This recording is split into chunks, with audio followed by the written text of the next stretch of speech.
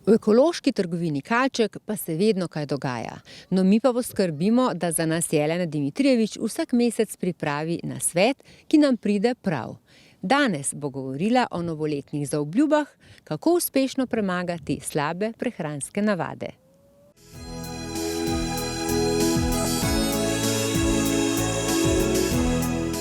Jelena, s katerimi prehranskimi težavami se sooča sodoben človek?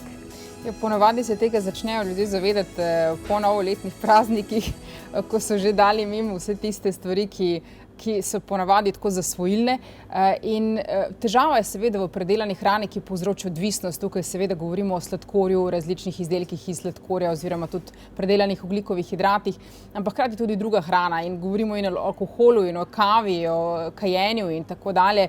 V bistvu veliko je stvari, ampak konkretno, kar se hrane tiče, predvsem to predelana hrana, ki že sama po sebi vsebuje snovi, ki delujejo stimulativno na naše telo in potem potrebujemo eno novo dozo, da bi pol zadovoljili ta učinek, ki si ga želimo doseči. Tako da to so predvsem težave s hrano.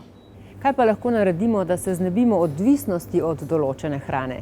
To je za marsikoga izjemno težka naloga. Zavedanje najprej. Ker marsikdo misli, posebej kar se hrane tiče, pa ne pojem si jaz tega toliko veliko, nekaj sem pa tja kakšno stvar, ampak zapisujmo si stvari, ki jih pojemo čez dan, da vidimo, kje so, kakšne težave imamo. Tudi recimo, če je hrepenenje izjemno močno in se mu ne moremo upreti, potem zagotovo vemo, da imamo zasvojenost.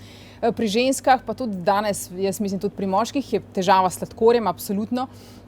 In v tem primeru je treba ali poiskati kakšno pomoč v vsakem primeru, če so resne težave.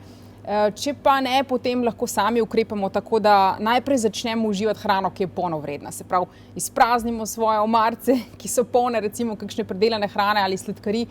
Tudi to naredimo z našim hladilnikom. Nimamo dostopa recimo do hrane, ki bi povzročala to odvisnost. S tem si lahko tudi pomagamo. Če je odvisnost recimo od sladkorja, potem si začnemo uživati tudi več grenke zelenjave, grenke polnovredne hrane. To bo zmanjšalo tudi željo po sladkem. Vse, kar bo uravnavalo krvni sladkor, bo tudi pomagalo. Ampak načeloma s tem zavedanjem v bistvu bomo začeli spreminjati svoje navade. Če smo do takrat jedli, do zdaj recimo jedli hrano, ki je bila predelana, zdaj začnemo kupovati hrano, ki je polnovredna. Tukaj predvsem govorimo o sadju, zelenjavi, stročnicah, žitih, ne predelanih izdelkih, recimo iz žit, kot so kakšne moke, testenine in tako dalje. Tako da poudarek je na polnovredni hrani, predvsem rastlinski hrani, potem tudi druge stvari. Zmanjšamo nivo stresa, ker on tudi vpliva na spremembo na hormonski ravni, ki nas pripelje do stanja zasvojenosti. Spimo pravilno in dovolj. Tudi recimo, če imamo kakšne podzavestne vzorce, ki so nekako s tem povezani, to začnemo tudi reševati. Pazimo recimo, da pojemo dovolj hrane, da ne preskakujemo toliko obrokov, ker v tem primeru tudi pojemo hrano, ki za nas ni najbolj primerna.